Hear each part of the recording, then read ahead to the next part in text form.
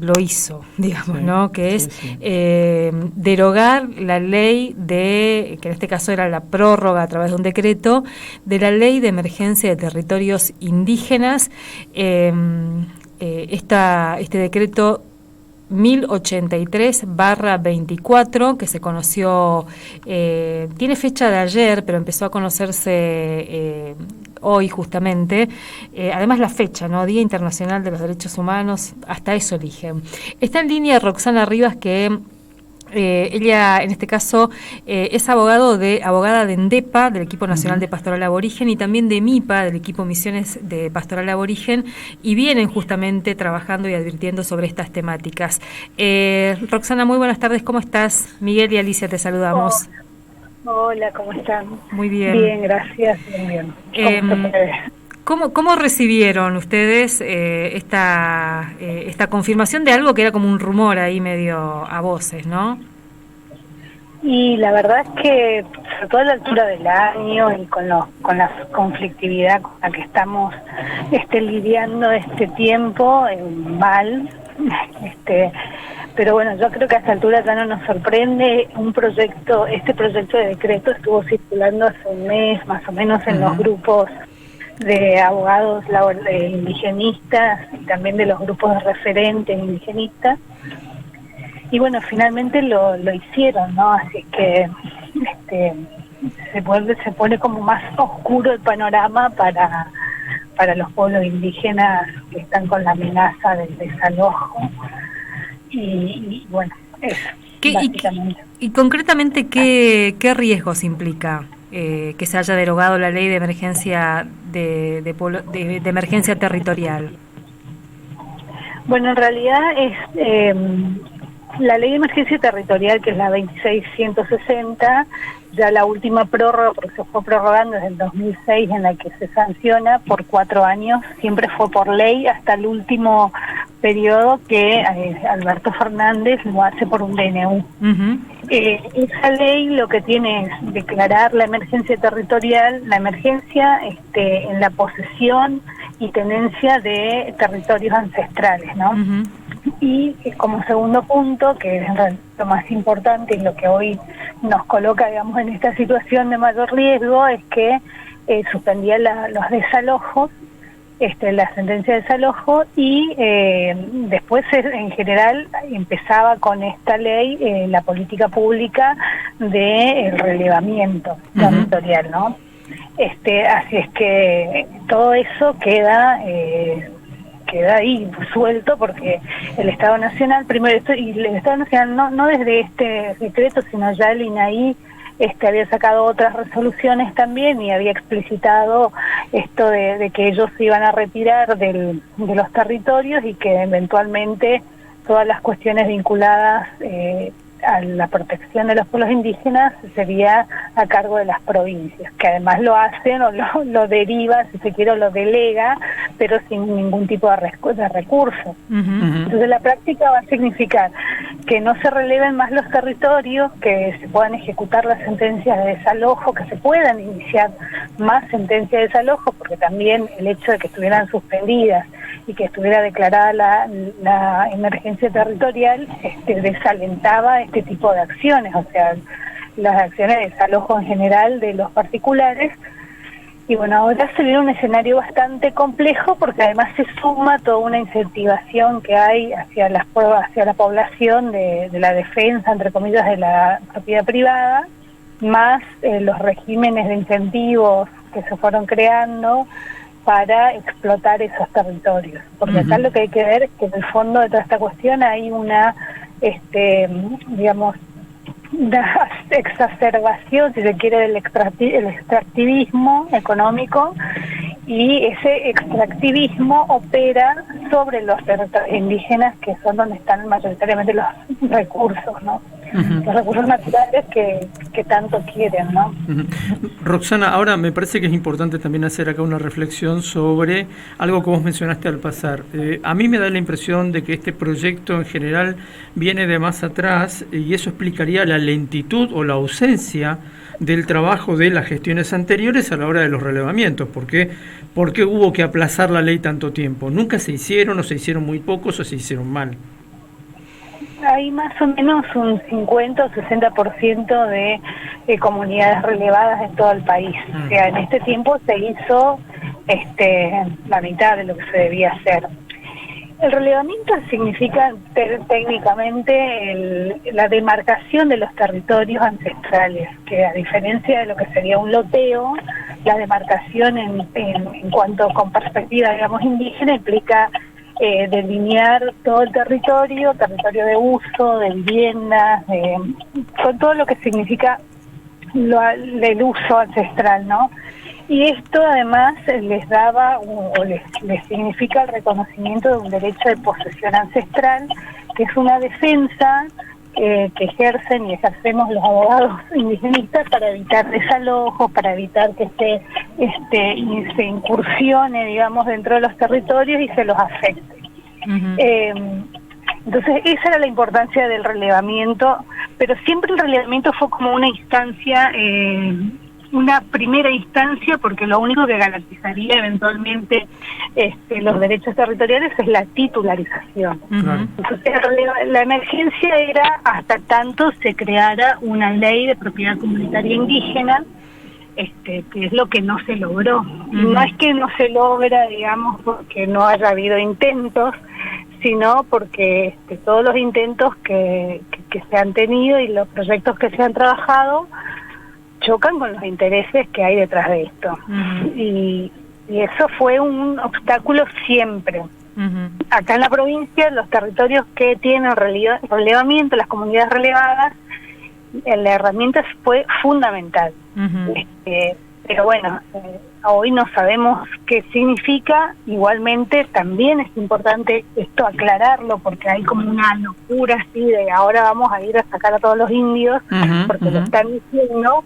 Y lo cierto es que lo que se elimina es la emergencia, a pesar de que todos los elementos que fundamentaron la declaración primera de la emergencia continúan estando, o sea, y eso no debería ser oponible, diríamos en términos técnicos, a los indígenas, porque si no se crearon las condiciones para que la emergencia termine, no fue culpa de ellos. Pero bueno, independientemente de eso, la legislación de fondo está plenamente vigente. Ahí hablamos de la Constitución Nacional, el artículo 75, inciso 17, el inciso 22, que son los tratados internacionales que complementan los derechos indígenas, las leyes de derecho ambiental, porque con esas son las herramientas con las que nosotros logramos por ahí evitar los avances del extractivismo y de la propiedad privada, como dicen. Y bueno, y esas serán nuestras herramientas ahora para seguir. Volver al convenio 169, digamos, agarrarse fuertemente. Roxana. El convenio 169 de alguna forma lo utilizamos como lo programático, del propio artículo 75 inciso 17, que nunca se reglamentó. Así que bueno. Roxana, hablabas de el INAI retirándose de los territorios. En estos días contábamos, hace unos meses, estuvo poco más de un mes, Abruj en Misiones, firmando un convenio con el Ministerio de Derechos Humanos de la provincia y ahí la Dirección de Asuntos Guaraníes, en esta línea ya de hacerse cargo, entre comillas, de la continuidad del relevamiento. ¿Qué saben ustedes de esa situación? Bueno, nosotros desde la asunción, o sea, desde el momento que se puso a Bruce como presidente del INAI, nosotros nos entrevistamos con él en Buenos Aires. Yo no recuerdo si fue en febrero o marzo, porque la verdad que este año fue bastante intenso. Y él ya fue blanqueando algunas cuestiones. Por ejemplo, los de los relevamientos, ellos los iban a derivar a las provincias.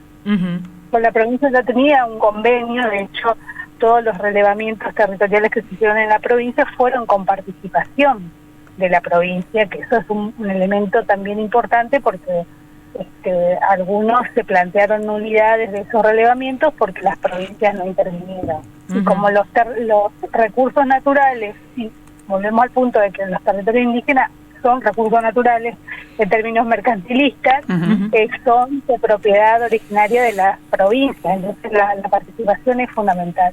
Eso se hizo, que eso también es una tranquilidad para las comunidades, saber que sus reglamentos están bien hechos y independientemente de que algunos no son suficientes o tienen algunas, pero en cuestiones más puntuales están cumpliendo esas rigurosidades, ¿no? Ahora, sí, en su momento nos llamó la atención que esa reunión no fuera con la presencia de las autoridades indígenas, ¿no? Pero bueno, esto era lo que se venía. Cuando nosotros vemos peores cosas, porque en esa reunión surgieron cuestiones como que entre las cosas que iban a avanzar con las provincias eran con hacer protocolos de consulta, o sea, protocolos de consulta con las provincias, o dejarles eso a las provincias sin incorporar a las autoridades comunitarias. Es lo mismo que decir, vamos a hacer el primer protocolo de consulta sin consulta. Claro. Absurdo, pero bueno, también con el peligro que implica, porque la otra cuestión que es fundamental para que sean válidos cualquiera de los actos o administrativos o hasta legislativos que afecten derechos indígenas es la consulta previa. Entonces ahora, si además de esta retirarse, delegar, terminar la emergencia territorial, que habiliten los desalojos y demás, arman algún formulario de consulta, con eso terminan como de saltear el último escollo que permite defender los territorios.